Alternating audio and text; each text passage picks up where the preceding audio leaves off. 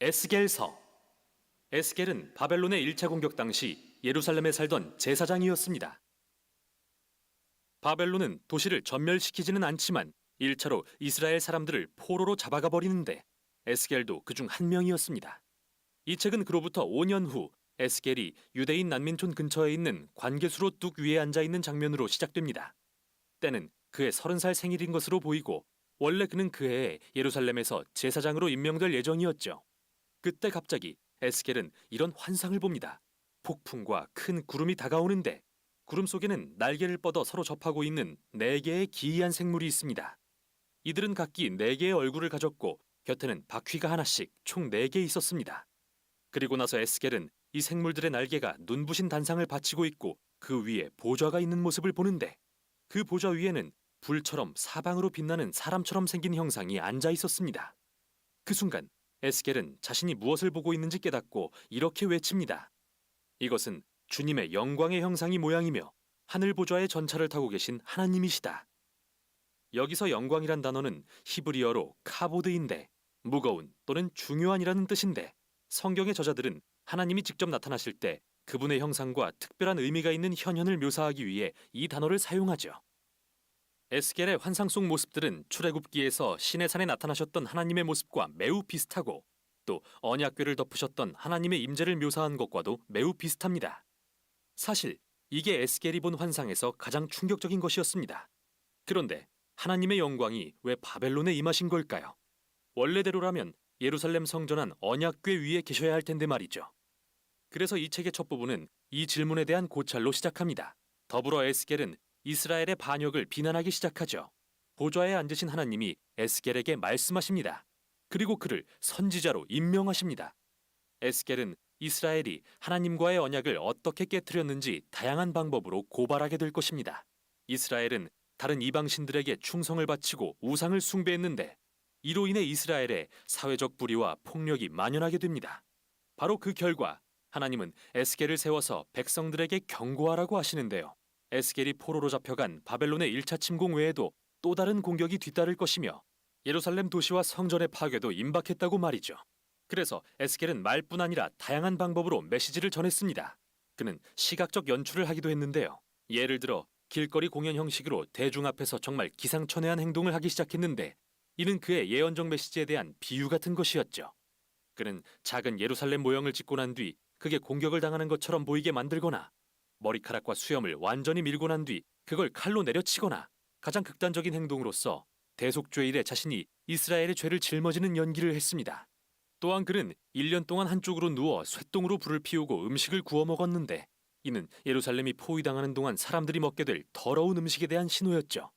그러나 그 중에서도 가장 낙심되는 나쁜 소식은 하나님께서 에스겔에게 말씀하시길 아무도 그의 말을 듣지 않을 거라는 것이었습니다. 이스라엘은 반역적이고 굳은 마음 때문에 에스겔을 거부할 겁니다. 이는 광야에서의 반역 이후 모세가 이스라엘 백성에 대해 묘사하길 언젠가 포로가 될 것이라고 한 예언을 상기시키는데요. 에스겔은 그 예언이 실현되는 걸 보는 불행한 특권을 누리게 됩니다. 그렇게 크게 실망한 에스겔은 자신의 역할을 이어갑니다. 그리고 약 1년 후 그가 또 다른 환상을 봤는데 성전에 대한 것이었죠. 그는 가상 체험을 하듯 성전을 둘러보면서 그의 부재 중에 무슨 일이 벌어지는지 보게 되는데 좋아 보이지 않습니다. 그는 성전 앞 바깥들에서 이 커다란 우상 신상을 봅니다. 그리고 나서 이스라엘의 장로들이 이방신들에게 성전 안팎에서 제사 드리는 것을 본 뒤 이스라엘의 여인들이 담무스라는 이름의 바벨론 신을 숭배하고 있는 모습을 봅니다. 그리고 이 환상은 하나님의 영광스러운 보좌가 성전 위로 떠오른 뒤 동쪽 바벨론 쪽을 향해 떠나는 것으로 끝이 납니다. 이제 11장에서는 하나님의 영광이 왜 그리고 어떻게 바벨론에 있는 에스겔에게 임하셨는지 볼 것인데요. 이스라엘의 우상 숭배와 언약 위반이 너무도 노골적이고 역겨워지자 하나님은 자신의 성전을 떠나셨습니다. 그들은 하나님을 내쫓았으며 하나님은 이스라엘이 멸망에 처하게 하십니다. 하지만 하나님은 자기 백성을 버리시는 게 아니라 오히려 그들과 함께 포로가 되십니다. 11장의 환상 끝에서 하나님은 이스라엘의 남은 자들을 그 땅으로 돌아가게 하실 거라고 약속하십니다. 그리고 그들의 돌과 같은 굳은 마음을 제거하고 살과 같은 부드러운 마음으로 바꾸어 주시겠다고 하십니다. 그래서 마침내 하나님을 진심으로 사랑하고 따르게 될 수 있도록 말이죠. 희미한 소망의 빛과 같은 이 예언은 임박한 파멸의 현실 속으로 빠르게 가라앉고 맙니다. 그러나 11장은 이 책의 핵심적인 전환점으로서 나머지 부분이 어떻게 구성됐는지 이해하는 데 도움이 됩니다. 다음 세 부분은 모두 하나님의 심판에 대한 공표인데요. 첫째는 이스라엘, 다음은 주변 나라들, 그리고 예루살렘에 관한 것입니다. 그러나 그 후에는 11장의 소망적인 결론이 또 다른 세 부분으로 나뉘어 전개되는데요. 먼저는 이스라엘, 다음은 주변 나라들, 그리고 온 창조 세계에 대한 소망에 대해서죠. 12장에서 24장은 이스라엘에 임할 하나님의 심판에 초점을 두는데요. 이 부분은 다양하게 구성된 시와 수필의 모음집입니다. 여기서 에스겔은 그가 즐겨 쓰는 비유와 우화를 보여줍니다. 그는 이스라엘을 불타 쓸모없는 나무까지 반항적인 아내, 감옥에 갇힌 위험하고 사나운 사자 또는 두 명의 난잡한 자매로 묘사하는데, 이러한 묘사는 모두 이스라엘의 지각 없는 반역과 우상 숭배의 결과가 패망이라는 것을 보여주는 것입니다. 이 부분에서 에스겔은 마치 하나님의 심판 법정에 선 것처럼 행동하는데요. 그는 먼저 이스라엘에 대해 수세기 동안 언약을 위반한 결과로서 파괴되어 마땅하다고 주장하기 시작합니다. 그리고 설사 노아나 다니엘이나 욥과 같이 세상에서 가장 의로운 사람이 살아서 하나님께 이스라엘을 살려달라고 기도한다 하더라도 하나님이 그 기도를 듣지 않으실 거라고 주장합니다. 이제 너무 늦은 거죠. 이처럼 하나님의 공의는 이스라엘의 이 세대가 죄의 대가를 치르기를 요구하십니다. 이제 포로가 되는 걸 면할 수는 없습니다. 더 이상 돌아갈 수 없는 지경에 이르렀으니까요. 이어서 에스겔은 먼저 이스라엘과 맞닿은 주변 나라들, 다음으로 그 지역에서 가장 강한 이집트와 두로에 초점을 맞춥니다. 이스라엘은 이 두 나라와 동맹을 맺고 그들의 신과 우상들을 받아들였습니다. 그래서 하나님은 오만하게도 자신들이 스스로 신이 되어 마음대로 옳고 그름을 정의한 두로와 이집트의 왕들을 꾸짖으십니다. 그리고 하나님은 이 왕들의 교만에 책임을 물으시며 바벨론을 들어 그들을 무너뜨리실 것을 알려주십니다. 그들은 다른 모든 이들과 함께 하나님의 심판 앞에 설 것입니다. 이렇게 강렬한 두 부분이 끝나면 33장의 짧은 이야기가 나옵니다. 에스겔은 이제 방금 예루살렘에서 온 한 난민을 만나게 되는데, 그는 에스겔에게 바벨론이 예루살렘을 공격해서 도시가 무너지고 성전이 파괴되었다고 알려주죠. 에스겔의 암울한 경고들이 현실이 된 것입니다. 그러나 11장의 결론을 기억하시죠? 이야기는 아직 끝이 아닙니다. 그리고 다음 편에서 우리는 에스겔이 본 심오한 소망의 환상을 살펴볼 것입니다. 우선 여기까지 에스겔서의 전반부였습니다.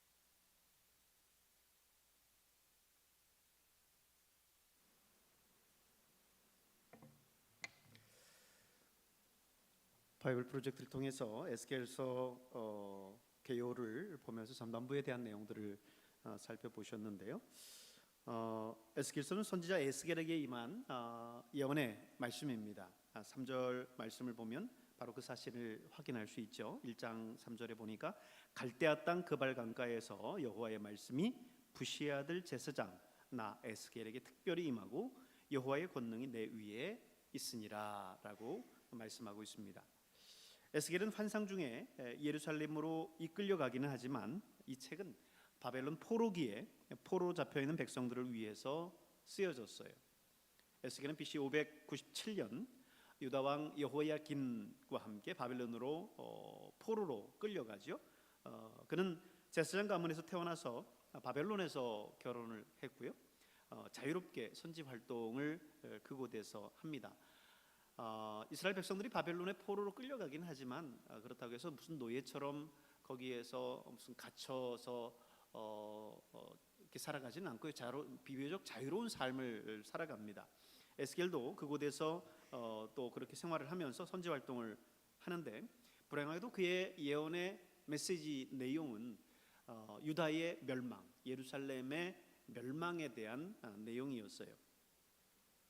포로기 백성들은 예루살렘은 하나님의 성전이기 때문에 비록 그들이 잠시 바벨론의 포로가 되어서 바벨론에 끌려오긴 했지만 하나님은 다시 예루살렘을 이제 회복시키고 또 자신들을 예루살렘으로 돌아가게 할 거다라고 생각을 했습니다.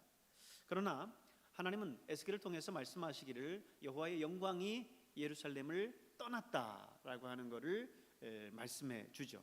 좀 전에 이제 바이블 프로젝트에서도 에스겔이 예루살렘 성전 안에서 여호와의 영광이 떠나서 동쪽으로 갔다라고 하는 것을 이제 보여줬다 이렇게 이야기를 했는데, 마찬가지 그 얘기입니다. 에스겔이 바벨론에서 지금 그 모든 환상들을 보고 있는 거예요.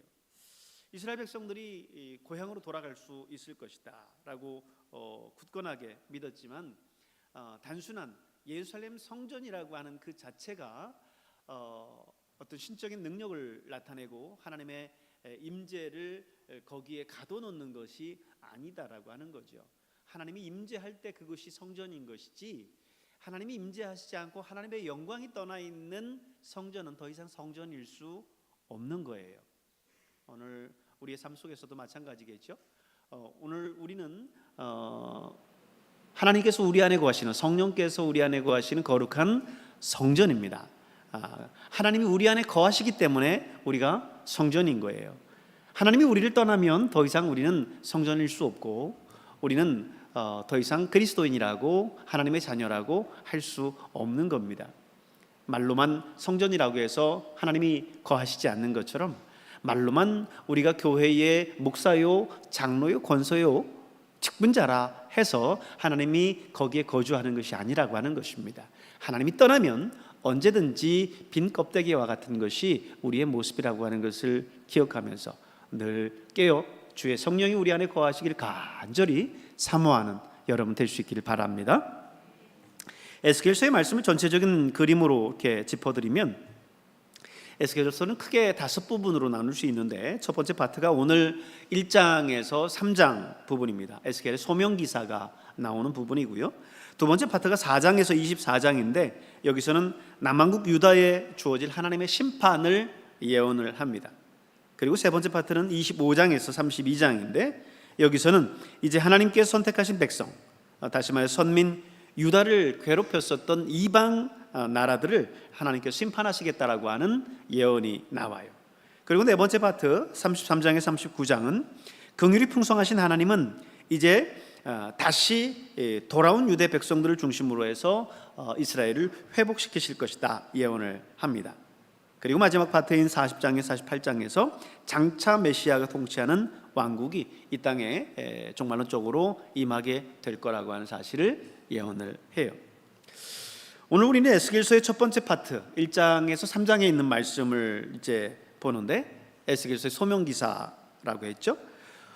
모든 선지서는요, 이와 같이 선지자들의 소명기사를 다 기록하고 있습니다.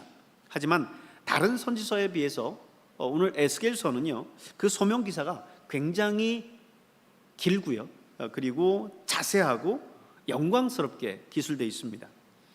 1장 4절에서 28절을 보면요, 신비한 환상을 통해서 하나님은 당신의 영광을 나타내십니다. 아까 여호와의 영광의 보좌가 이제 그려지는 그 내용들이 나오는데, 천상의 네 생물에 대한 환상, 그리고 네 바퀴에 대한 환상, 그리고 궁창 위의 하늘 보좌에 대한 환상, 그렇게 하나님께서 에스겔에게 신비한 환상을 보여주시죠. 그렇게 환상을 에스겔에게 보여준 이유는 하나님께서 전지전능하시고 또 무소부재하시다라고 하는 것을 말씀해 주시고 확신시켜 주시기 위함입니다. 그리고 에스겔을 통해서 선포되는 이 계시의 말씀, 이 말씀에 힘을 더하시기 위함이에요. 2장과 3장을 보면 하나님께서 이제 에스겔을 부르셔서 유다 백성들에게 파견하시고 말씀 선포와 영적 파수꾼의 사명을 감당하게 하십니다. 2장 1절을 보면요, 에스겔을 부르는 장면이 나오죠. 그가 내게 이르시되 인자야 네 발로 일어서라 내가 내게 말하리라 하셨고요. 3절도 보면요, 인자야 내가 너를 이스라엘 자손 곧 패역한 백성 나를 배반하는 자들에게 보내노라 하면서 하나님의 부르심과 또 유다 백성들을 향해서 파송하시는 파송 명령이 나옵니다. 그리고 말씀 사역에 대한 또 명령이 3장 3절 4절에 보면 또 언급이 되고 있습니다. 내게 이르시되 인자야 내가 내게 주는 이 두루마리를 내 배에 넣으며 네 창자에 채우라 하시기에 내가 먹으니 그것이 내 입에 달기가 꿀 같더라. 그가 또 내게 이르시되 인자야 이스라엘 족속에게 가서 내 말로 그들에게 고하라 라고 말씀하셨어요. 하나님으로부터 두루마리 말씀을 받는 장면을 그렇게 비유적으로 표현했던 거죠. 그 말씀을 받을 때에 그 말씀이 그에게 꿀과 같았다 그랬습니다. 여러분, 하나님의 말씀을 받을 때 그 말씀이 여러분에게 꿀, 송이꿀보다 더 달게 느껴질 수 있길 바랍니다. 하나님에 대한 사모함이 있으면요, 그 말씀이 내게 주어질 때 그 말씀이 정말 꿀처럼 느껴지는 거예요. 하나님의 말씀이 내게 사모함이 없잖아요. 그러면 그 말씀은 다른 사람에게 주어지는 말씀이고 나와는 무관한 말씀처럼 느껴지지, 그 말씀이 정말 달다, 그 말씀이 정말 송이꿀처럼 달다라고 느껴지지 않습니다. 여러분, 하나님의 말씀에 대한 사모함, 하나님에 대한 사모함이 먼저 여러분 안에 있길 바랍니다. 목이 마르잖아요. 너무 뜨거운 날씨, 이렇게 지금 더운 날씨 가운데 내가 물을 마시지 못하고 하루를 지내다가 정말 그 갈증 속에서 시원한 물 한 컵을 벌컥 들이켜보십시오. 물맛이 꿀맛이에요. 너무 맛있는 거죠. 하나님의 말씀에 대한 그 갈급함, 하나님의 말씀에 대한 그 사모함이 내 안에 있으면요, 하나님의 말씀이 한번 주어지면 그 말씀이 너무너무나 은혜롭고 너무너무나 좋은 거예요. 말씀의 그 갈급함, 목마른 사슴이 시냇물을 찾는 듯한 그 갈급함이 여러분에게 있기를 소망합니다. 그리고 이제 에스겔에게 영적 파수꾼의 역할, 그 사명을 주시고 있어요. 3장 17절에 보면요, 인자야, 내가 너를 이스라엘 족속의 파수꾼으로 세웠으니 너는 내 입의 말을 듣고 나를 대신하여 그들을 깨우치라 말씀합니다. 여러분, 파수꾼이 뭐죠? 파수꾼은요, 말하자면 초소에서 경계 근무를 서고 있는 초병과 같은 거예요. 적군이 지금 우리 성을, 우리 진지를 지금 공격해 오는지 안 오는지를 눈을 부릅뜨고 그거를 경계 근무를 쓰는 그 초병과 같은 거예요. 그래서 적군이 오면 어떻게 해야 되겠습니까? 종을 막 치면서 적이 우리를 향해서 공격해 온다라고 모든 진지에 있는 성 안에 있는 군사들과 백성들을 깨워야 되겠죠. 그래서 그들이 일어나서 방비할 수 있도록 그렇게 해야 되는 겁니다. 오늘 그 사명이 오늘 선지자 에스겔에게 주어졌고, 지금 포로기에 바벨론의 포로로 끌려가 있는 이스라엘 백성들, 유다 백성들에게 지금 그 사실을 전하라고 하는 거예요. 파수꾼으로서의 역할을 감당하라고 하는 겁니다. 그래서 여러분, 파수꾼이 그 파수꾼의 역할을 감당하지 못하면 반드시 패할 수밖에 없는 거죠. 더글라스 메가더의 아주 유명한 말이 있지 않습니까? 작전엔 실패하는 병사는 용서가 돼도 경계에 실패하는 백성은 용서할 수 없다라는 거예요. 경계 근무를 제대로 서지 못하고 적군이 코앞에 와서 지금 성을 무너뜨리고 지금 공격하고 있는데도 불구하고 아무것도 모르고 잠자고 있으면 그 성이 무너질 수밖에 없는 거죠. 여러분, 이 시대에 하나님께서 저와 여러분을 파수꾼으로 세웠음을 기억하시길 바랍니다. 이 땅에 많은 백성들이 하나님의 나라가 다가왔고 주님의 재림이 가까웠고 하나님의 심판의 때가 가까웠는데도 불구하고 알지 못하고 흥청망청 이 세대를 살아갈 때에 오늘 우리가 이 시대에 경종을 울릴 수 있어야 되는 거예요. 종을 울리면서 주님의 재림이 가까웠습니다. 하나님의 심판이 가까웠습니다. 여러분, 깨어 있어야 됩니다 하면서 외쳐야 된다는 거예요. 그것이 바로 파수꾼의 사명입니다. 오늘 여러분에게 주신 귀한 이 파수꾼의 사명, 이 시대의 사명들을 잘 감당하시는 여러분 될 수 있기를 바랍니다. 오늘 공동체 성경 읽기를 통해서 에스겔 1장에서 3장의 에스겔의 소명의 말씀을 함께 보도록 하겠습니다. 에스겔 제1장.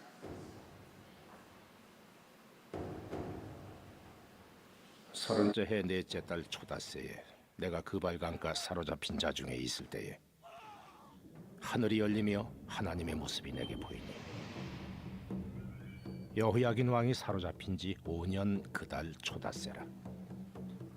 갈대아 땅 그발 강가에서 여호와의 말씀이 부시 아들 제사장 나 에스겔에게 특별히 임하고 여호와의 권능이 내 위에 있으니라. 내가 보니 북쪽에서부터 폭풍과 큰 구름이 오는데 그 속에서 불이 번쩍번쩍하여 빛이 그 사방에 비치며 그 불 가운데 단쇠 같은 것이 나타나 보이고 그 속에서 네 생물의 형상이 나타나는데 그들의 모양이 이러하니 그들에게 사람의 형상이 있더라. 그들에게 각각 네 얼굴과 네 날개가 있고 그들의 다리는 곧은 다리요 그들의 발바닥은 송아지 발바닥 같고 광낸 구리같이 빛나며 그 사방 날개 밑에는 각각 사람의 손이 있더라. 그 네 생물의 얼굴과 날개가 이러하니 날개는 다 서로 연하였으며 갈 때에는 돌이키지 아니하고 일제히 앞으로 곧게 행하며 그 얼굴들의 모양은 넷의 앞은 사람의 얼굴이요 넷의 오른쪽은 사자의 얼굴이요 넷의 왼쪽은 소의 얼굴이요 넷의 뒤는 독수리의 얼굴이니 그 얼굴은 그러하며 그 날개는 드러펴서 각기 둘씩 서로 연하였고 또 둘은 몸을 가렸으며 영이 어떤 쪽으로 가면 그 생물들도 그대로 가되 돌이키지 아니하고 일제히 앞으로 곧게 행하며 또 생물들의 모양은 타는 숯불과 횃불 모양 같은데 그 불이 그 생물 사이에서 오르락내리락 하며 그 불은 광채가 있고 그 가운데에서는 번개가 나며 그 생물들은 번개 모양같이 왕래하더라. 내가 그 생물들을 보니 그 생물들 곁에 있는 땅 위에는 바퀴가 있는데 그 네 얼굴을 따라 하나씩 있고 그 바퀴의 모양과 그 구조는 황옥같이 보이는데 그 넷은 똑같은 모양을 가지고 있으며 그들의 모양과 구조는 바퀴 안에 바퀴가 있는 것 같으며 그들이 갈 때에는 사방으로 향한 대로 돌이키지 아니하고 가며 그 둘레는 높고 무서우며 그 네 둘레로 돌아가면서 눈이 가득하며 그 생물들이 갈 때에 바퀴들도 그 곁에서 가고 그 생물들이 땅에서 들릴 때에 바퀴들도 들려서 영이 어떤 쪽으로 가면 생물들도 영이 가려 하는 곳으로 가고 바퀴들도 그 곁에서 들리니 이는 생물의 영이 그 바퀴들 가운데에 있음이니라. 그들이 가면 이들도 가고 그들이 서면 이들도 서고 그들이 땅에서 들릴 때에는 이들도 그 곁에서 들리니 이는 생물의 영이 그 바퀴들 가운데에 있음이더라. 그 생물의 머리 위에는 수정 같은 궁창의 형상이 있어 보기에 두려운데 그들의 머리 위에 펼쳐져 있고 그 궁창 밑에 생물들의 날개가 서로 향하여 펴 있는데 이 생물은 두 날개로 몸을 가렸고 저 생물도 두 날개로 몸을 가렸더라. 생물들이 갈 때에 내가 그 날개 소리를 들으니 많은 물소리와도 같으며 전능자의 음성과도 같으며 떠드는 소리 곧 군대의 소리와도 같더니 그 생물이 설 때에 그 날개를 내렸더라. 그 머리 위에 있는 궁창 위에서부터 음성이 나더라.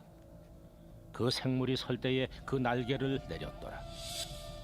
그 머리 위에 있는 궁창 위에 보좌의 형상이 있는데 그 모양이 남보석 같고 그 보좌의 형상 위에 한 형상이 있어 사람의 모양 같더라.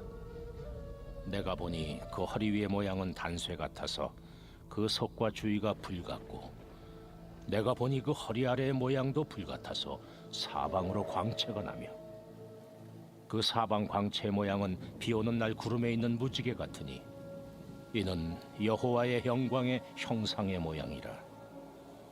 내가 보고 엎드려 말씀하시는 이의 음성을 들으니라.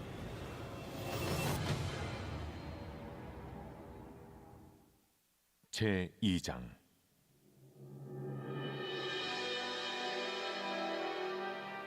그가 내게 이르시되 인자야, 내 발로 일어서라. 내가 네게 말하리라. 하시며 그가 내게 말씀하실 때에 그 영이 내게 임하사 나를 일으켜 내 발로 세우시기로 내가 그 말씀하시는 자의 소리를 들으니 내게 이르시되 인자야, 내가 너를 이스라엘 자손 곧 패역한 백성, 나를 배반하는 자에게 보내노라. 그들과 그 조상들이 내게 범죄하여 오늘까지 이르렀나니 이 자손은 얼굴이 뻔뻔하고 마음이 굳은 자니라. 내가 너를 그들에게 보내노니 너는 그들에게 이르기를 주 여호와의 말씀이 이러하시다 하라. 그들은 패역한 족속이라. 그들이 듣든지 아니 듣든지 그들 가운데 선지자가 있음을 알지니라. 인자야, 너는 비록 가시와 찔레와 함께 있으며 전갈 가운데 거주할지라도 그들을 두려워하지 말고 그들의 말을 두려워하지 말지어다. 그들은 패역한 족속이라도 그 말을 두려워하지 말며 그 얼굴을 무서워하지 말지어다. 그들은 심히 패역한 자라. 그들이 듣든지 아니 듣든지 너는 내 말로 고할지어다. 너 인자야, 내가 네게 이르는 말을 듣고 그 패역한 족속같이 패역하지 말고 내 입을 벌리고 내가 네게 주는 것을 먹어라. 하시기로 내가 보니 보라 한 손이 나를 향하여 펴지고 보라 그 안에 두루마리 책이 있더라. 그가 그것을 내 앞에 펴시니 그 안팎에 글이 있는데 그 위에 애가와 애곡과 재앙의 말이 기록되었더라. 제 3장.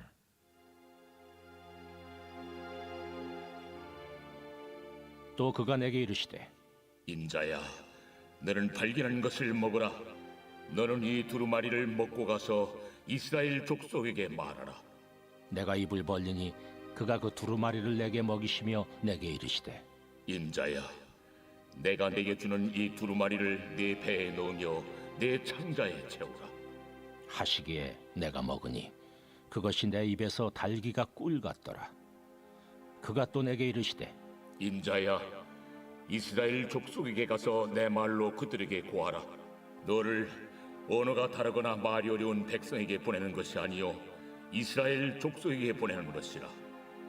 너를 언어가 다르거나 말이 어려워 내가 그들의 말을 알아듣지 못할 나라들에게 보내는 것이 아니니라.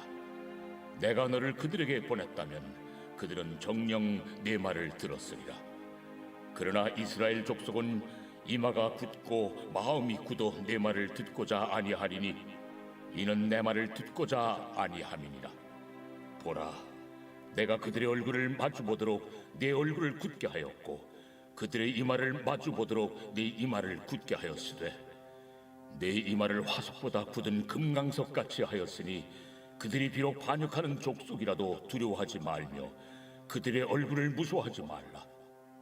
인자야, 내가 네게 이를 모든 말을 너는 마음으로 받으며 귀로 듣고 사로잡힌 내 민족에게로 가서 그들이 듣든지 아니 듣든지 그들에게 고하여 이르기를 주 여호와의 말씀이 이러하시다 하라. 때에 주의 영이 나를 들어올리시는데 내가 내 뒤에서 크게 울리는 소리를 들으니 찬송할지어다. 여호와의 영광이 그의 처소로부터 나오는도다. 하니 이는 생물들의 날개가 서로 부딪히는 소리와 생물 곁에 바퀴 소리라 크게 울리는 소리더라. 주의 영이 나를 들어올려 드리고 가시는데 내가 근심하고 분한 마음으로 가니 여호와의 권능이 힘있게 나를 감동시키시더라. 이에 내가 데라비베 이르러 그 사로잡힌 백성 곧 그발 강가에 거주하는 자들에게 나아가 그 중에서 두려워 떨며 7일을 지내니라. 7일 후에 여호와의 말씀이 내게 임하여 이르시되 인자야, 내가 너를 이스라엘 족속의 파수꾼으로 세웠으니 너는 내 입의 말을 듣고 나를 대신하여 그들을 깨우치라. 가령 내가 악인에게 말하기를 너는 꼭 죽으리라 할 때에 네가 깨우치지 아니하거나 말로 악인에게 일러서 그의 악한 길을 떠나 생명을 구원하게 하지 아니하면 그 악인은 그의 죄악 중에서 죽으려니와 내가 그의 피값을 네 손에서 찾을 것이고 네가 악인을 깨우치되 그가 그의 악한 마음과 악한 행위에서 돌이키지 아니하면 그는 그의 죄악 중에서 죽으려니와 너는 내 생명을 보존하리라.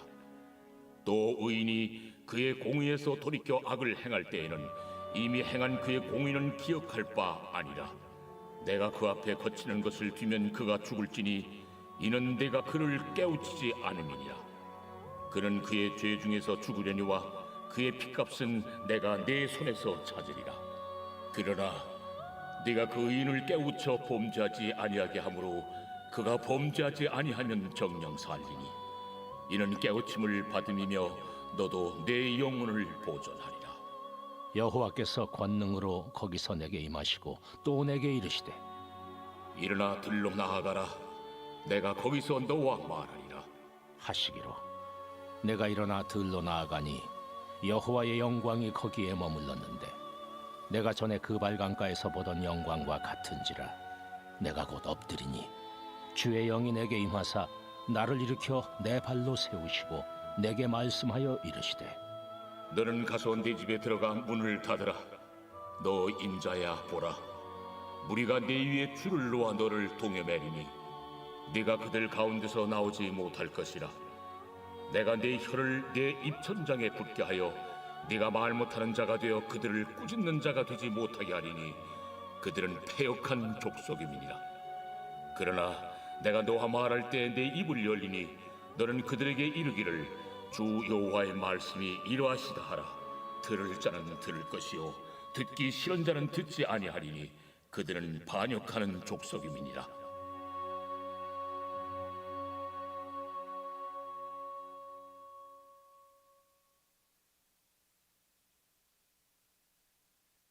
제 82편 아삽의 시.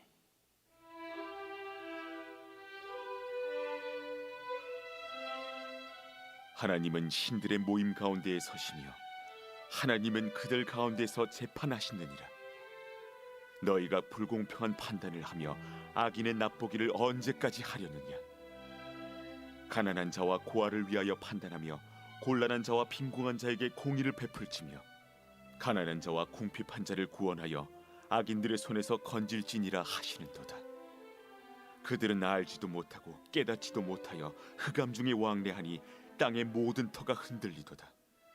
내가 말하기를 너희는 신들이며 다 지존자의 아들들이라 하였으나 그러나 너희는 사람처럼 죽으며 고고 안에 하나같이 넘어지리로다. 하나님이여 일어나사 세상을 심판하소서. 모든 나라가 주의 소유이기 때문이니이다.